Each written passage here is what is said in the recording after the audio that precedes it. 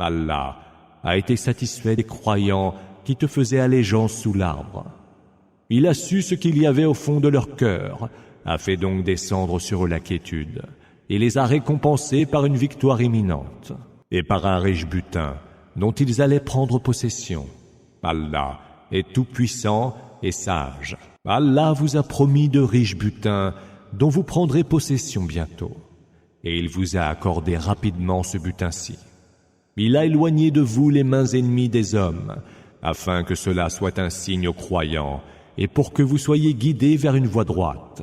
Mais il vous en promet un autre, que vous êtes incapables de prendre, et qu'Allah seul cerne de son pouvoir, car Allah est de toutes choses infiniment capable. Si ceux qui ont mécru vous combattaient, ils feraient vite de battre en retraite, et ne trouveraient ni alliés ni soutien. Telle est la règle d'Allah, établie depuis toujours. Mais tu ne saurais trouver changement à la règle d'Allah. C'est lui qui, dans la vallée de la Mecque, a repoussé loin de vous leurs mains ennemies, et a repoussé loin de les vôtres, après vous avoir fait triompher d'eux. Allah est de ce que vous faites lucide. Ce sont eux qui ont mécru, et qui vous ont empêché de parvenir à la mosquée sacrée. Ils ont aussi empêché les bêtes sacrificielles de parvenir au lieu de leur immolation. Sans quelques croyants et croyantes qui vous étaient inconnus et que vous auriez pu fouler aux pieds sans le savoir, ce qui aurait été une action coupable, Allah vous aurait ordonné d'attaquer les Mécois. Mais il en a été ainsi, afin qu'Allah reçoive en sa miséricorde qui il veut. Si les croyants anonymes s'étaient distingués, nous aurions certes sévi d'un supplice très douloureux contre ceux qui, parmi les Mécois, étaient mécréants. Lorsque ceux qui ont mécru furent pris de la fureur aveugle et partisane, fureur des temps de l'ignorance, Allah fit descendre la quiétude sur son messager et sur les croyants. Il les tint engagés envers la parole de piété, eux qui en étaient les plus dignes et qui en étaient les plus méritants. Allah est lui omniscient. Allah confirme par la vérité la vision de son messager. Vous entrerez en toute sécurité dans la mosquée sacrée par la volonté d'Allah, la tête rasée ou les cheveux coupés. Et vous n'y aurez nulle crainte. Il savait ce que vous ne saviez pas, et Allah vous a donné d'abord une victoire immédiate. C'est lui qui a envoyé son messager avec la juste direction et avec la religion de la vérité, qu'il fera triompher de toute autre religion. Qu'Allah suffise comme témoin. Mohammed est le messager d'Allah. Ceux qui sont avec lui sont intraitables face aux mécréants, pleins de mansuétude les uns envers les autres. Tu les vois qui s'inclinent et se prosternent, espérant les faveurs et la satisfaction d'Allah.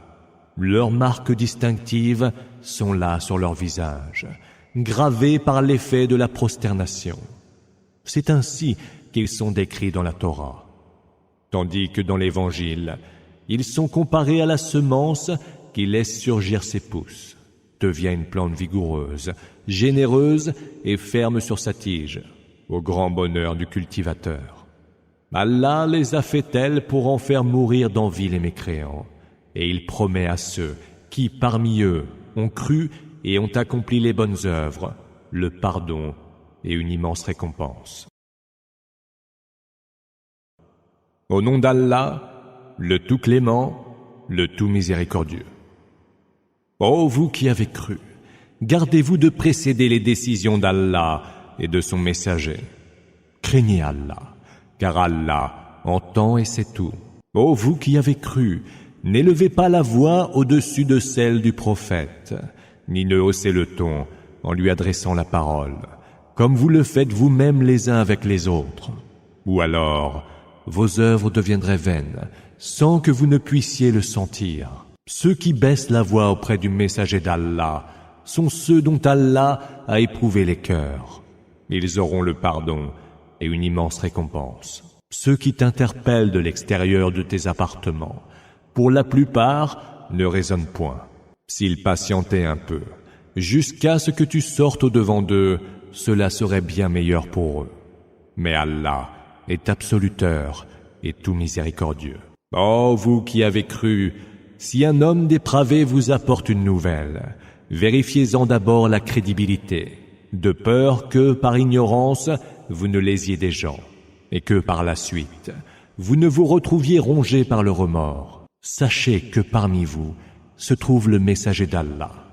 S'il vous écoutait pour bon nombre de décisions, c'est vous qui en auriez à pâtir. Mais Allah vous a fait aimer la foi, l'a rendue belle au fond de vos cœurs, et il vous a fait haïr la mécréance, la perversion et l'insoumission. C'est ainsi que se conduisent ceux qui sont sur le droit chemin, comme faveur et bienfait émanant d'Allah. Allah est omniscient et sage. Si deux groupes de croyants venaient à se combattre, faites qu'ils se réconcilient. Et si l'un des deux groupes agresse injustement l'autre, combattez le groupe agresseur tant qu'il ne se sera pas soumis à l'ordre d'Allah. S'il finit par s'y soumettre, réconciliez-les en toute équité et soyez justes, car Allah aime les justes. Les croyants ne sont rien moins que des frères. Réconciliez donc vos frères. Craignez Allah. Peut-être alors vous sera-t-il fait miséricorde.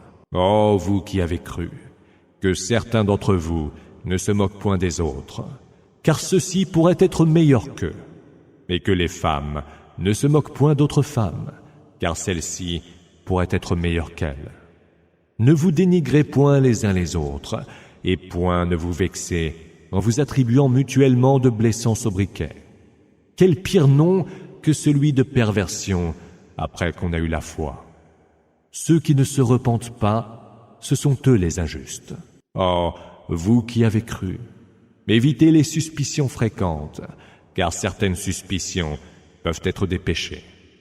Ne vous épiez pas mutuellement, ne médisez pas les uns des autres. L'un de vous voudrait-il manger la chair de son frère mort? Non, car vous l'auriez certainement en aversion. Craignez donc Allah. Allah est tout absoluteur et tout miséricordieux. Ô homme, nous vous avons créé d'un mâle et d'une femelle. Nous avons fait de vous des nations et des tribus pour que vous vous connaissiez entre vous. Le plus digne d'entre vous auprès d'Allah est le plus pieux.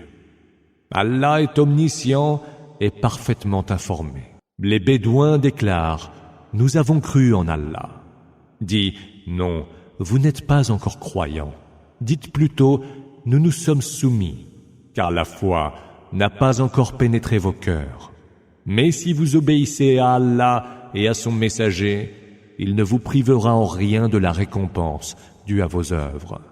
Allah est absoluteur et tout miséricordieux. Les vrais croyants sont ceux qui ont cru en Allah et en son messager, puis n'ont jamais été tentés par le doute, et puis qui ont lutté par leurs biens et leurs âmes pour la cause d'Allah. Ceux-là sont les croyants sincères. Dis, apprendriez-vous à Allah votre religion quand il sait ce qu'il y a dans les cieux et sur terre? Allah sait parfaitement toutes choses. Il se targue devant toi de s'être converti à l'islam. Dis, ne vous targuez pas devant moi de cette conversion à l'islam, comme si c'était une faveur de votre part. C'est plutôt une faveur qu'Allah vous a dispensée, lui qui vous a montré le chemin vers la foi, si tant est que vous soyez sincères. Allah connaît le mystère des cieux et de la terre. Allah voit clairement tout ce que vous faites. Au nom d'Allah, le tout clément, le tout miséricordieux. Kaf, par le Coran glorieux, ils s'étonnent pourtant que l'un des leurs soit venu vers eux en avertisseur. Les mécréants disent alors, c'est une chose bien étrange. Une fois que nous serons morts et réduits en poussière, voilà un retour bien peu probable. Nous savons certes ce que la terre dévorera de leurs dépouilles, et nous avons un livre où tout est conservé. Mais ils ont traité de mensonge la vérité lorsqu'elle leur est parvenue. Or, les voilà donc face à une affaire embarrassante. N'ont-ils donc pas vu le ciel au-dessus d'eux? Et comment nous l'avons édifié et orné en le faisant sans aucune faille? Et la terre que nous avons étendue, où nous avons érigé des montagnes et avons fait pousser par couple des plantes de toute beauté. Voilà qui est à méditer et à retenir par tout serviteur qui aime à se repentir. Nous avons fait descendre du ciel une eau bénie, par laquelle nous avons fait pousser des jardins, et le grain des moissons, et les palmiers de belle venue au régime régulièrement disposé, comme subsistance pour les serviteurs d'Allah. Nous avons par l'eau fait revivre une terre morte. Telle sera la résurrection. Le peuple de Noé, les gens d'Arras et les Thamoud avaient déjà avant eux crié au mensonge. De même que les Had, Pharaon et les frères de Lot. Les gens de Alaïka aussi et le peuple de Touba, tous osèrent démentir les messagers. Ainsi, ma menace put-elle se justifier? La première création nous aurait-elle épuisé au point qu'il doute d'une création nouvelle? Nous avons créé l'homme, et nous savons ce que lui susurre son âme. Nous sommes plus proches de lui que ne l'est sa veine jugulaire. 2 anges chargés de recueillir ses œuvres les recueillent, assis l'un à gauche et l'autre à droite. Ils ne profèrent aucune parole, sans qu'un observateur prêt à l'enregistrer ne soit à ses côtés. Les affres de la mort arrivent soudain, révélant la vérité. Voilà ce que tu voulais éviter. Il sera alors soufflé dans le corps. Voici venu le jour de la menace. Chaque âme viendra accompagnée d'un guide et d'un témoin. Tu étais distrait de tout cela, lui sera-t-il dit, et voilà que nous levons ton voile. Ta vue est aujourd'hui perçante. Son compagnon dira, voici ce qui m'a été confié. Vous deux, dira Allah, jetez dans la géhenne tous mécréants obstinés et rebelles, prompts à s'opposer au bien et à enfreindre les lois, et sceptiques invétérés, qui associaient à Allah une autre divinité. Précipitez-le donc dans le terrible supplice. Seigneur, dira alors son autre compagnon, je ne l'ai point poussé à la rébellion, lui-même était allé loin dans l'égarement. Ne vous disputez donc pas devant moi, répliquera Allah, alors que depuis longtemps, je vous avais prévenu par ma menace. Ma parole ne change pas, et je ne suis point injuste envers les serviteurs. Le jour où nous dirons à la géhenne, es-tu déjà pleine?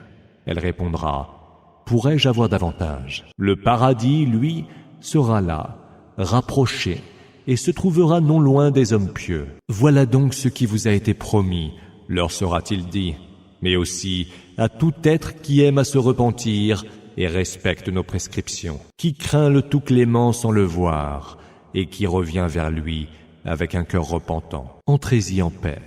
Voici venu le jour de l'immortalité. Ils y auront tout ce qu'ils désireront, et nous en avons beaucoup plus encore. Que de générations avant eux n'avons-nous pas anéantis, qui étaient pourtant bien plus féroces, et qui avaient parcouru le monde, à la recherche d'une issue par où fuir. Il y a certes là un rappel pour quiconque a un cœur, et s'est prêté l'oreille, tout en étant témoin. Nous avons créé les cieux, la terre, et ce qu'il y a entre eux en 6 jours, sans que nous n'aies affecté la moindre lassitude. Supporte donc avec patience ce qu'ils te disent.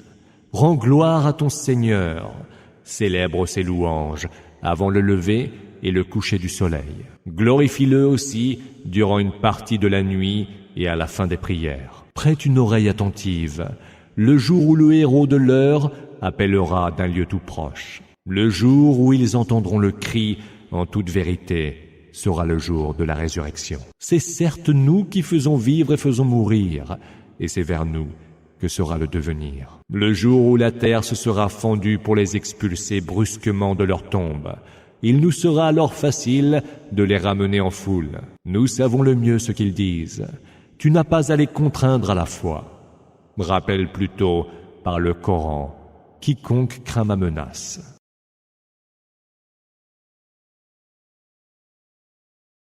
Au nom d'Allah, le tout clément, le tout miséricordieux.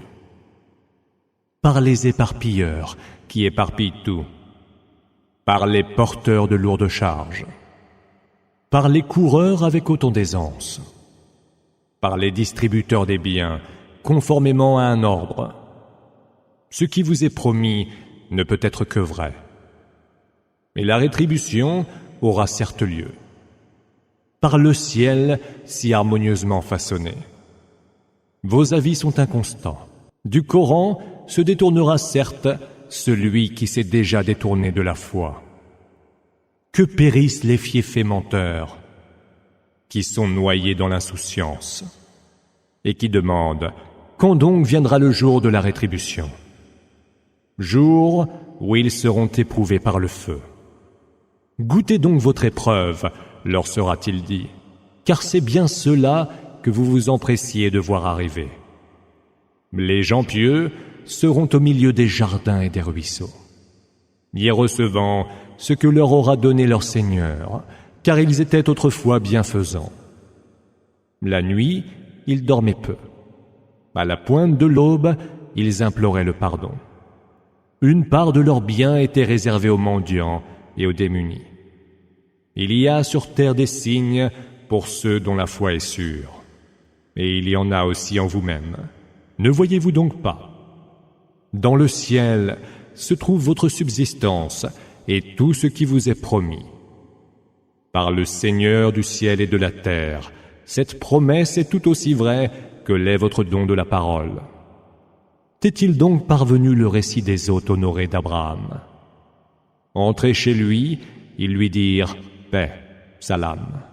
Paix à vous, étrange inconnu, leur répondit-il.